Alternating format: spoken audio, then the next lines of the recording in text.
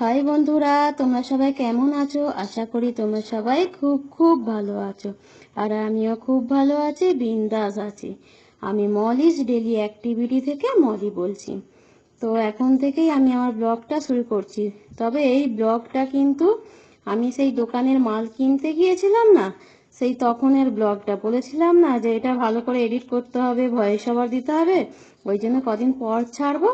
তো আজকে তো ছাড়ছি, তোমরা দেখে নিও, ঠিক আছে?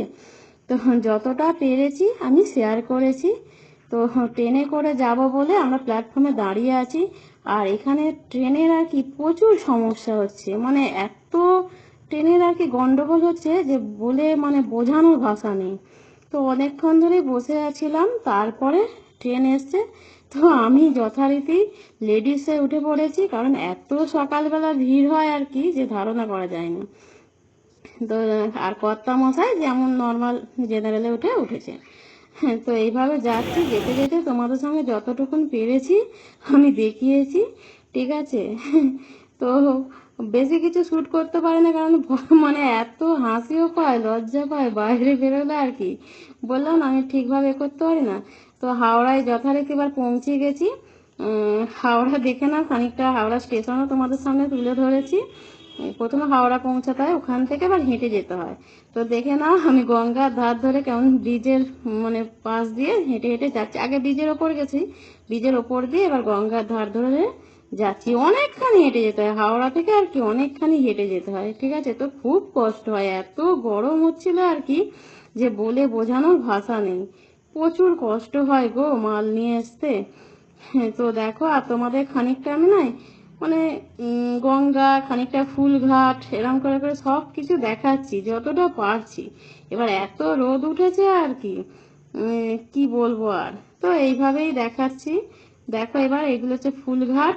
এখানে লোক মানে অনেকে আছে না, ফুল নিয়ে যায়, তো সেই জন্য ফুলঘাটে বিক্রি হয়। তো আমিও আগে সব জানতাম না, এখন ধীরে ধীরে আমি অনেক শিখে গেছি, অনেকটা জেনে গেছি।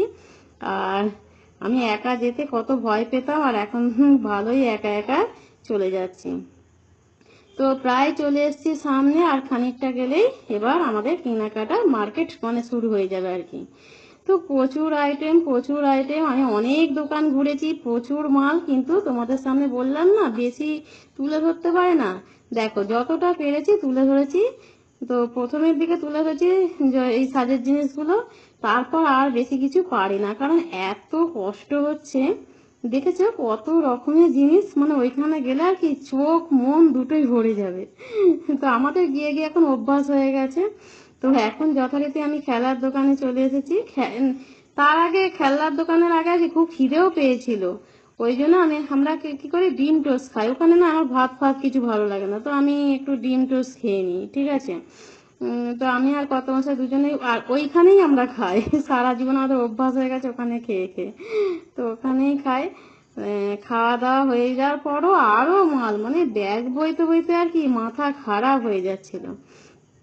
তো বললাম না, অনেকগুলো মাল এখনো কেনাই হয়নি, তো কিছু করার নেই। তো শেষে আমি কি করেছি, খেলার দোকানে গেছি, খেলার দোকানে গিয়ে খানিকটা তুলে নিয়েছি। তো তুলে নিয়ে আমি ছেড়েছি। আর তোমরা এতটা করেই দেখো, পরে আমি যখন আরো ধীরে ধীরে শুরু করব, তখন তোমাদেরকে এখনো অনেক কিছু দেখানোর বাকি আছে, দেখাবো, ঠিক আছে? তো এইভাবেই আমি বিজনেস মানে করি। তোমরাও এইভাবে বিজনেস চালু করতে পারো, কোনো অসুবিধা নেই। আমিও প্রথমে নার্ভাস হয়ে গেছিলাম, বাট এখন আমার একটুও মানে ভয় লাগে না, ঠিক আছে? আমি একাই চলে যেতে পারবো।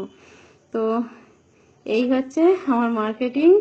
তো তোমাদের ভালো লাগলে তোমরা প্লিজ একটা করে লাইক করো, শেয়ার করো, আর কমেন্ট করো, আর দয়া করে প্লিজ চ্যানেলটি সাবস্ক্রাইব করে আমার পাশে থেকো, আমি উৎসাহিত হব। আর আজকের মতো আমি রাখছি, আবার নেক্সট ব্লগ নিয়ে তোমাদের সামনে আমি হাজির হব। Bye bye.